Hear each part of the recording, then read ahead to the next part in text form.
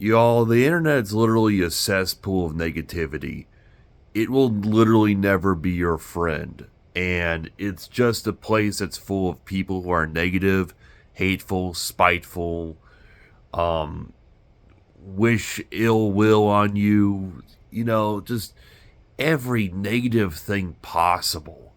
Like, I find life so much healthier unplugging from the internet and just experiencing life as opposed to being stuck on a screen all the time.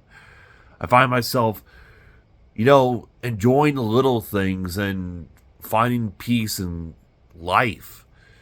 And the more I try to fit in with people of my culture or stuff other than that, like the more I try to fit in with people who are like me, the more miserable I become because I end up losing myself because I'm not at someone's approval. And that's how negative the internet is. It just makes you lose yourself.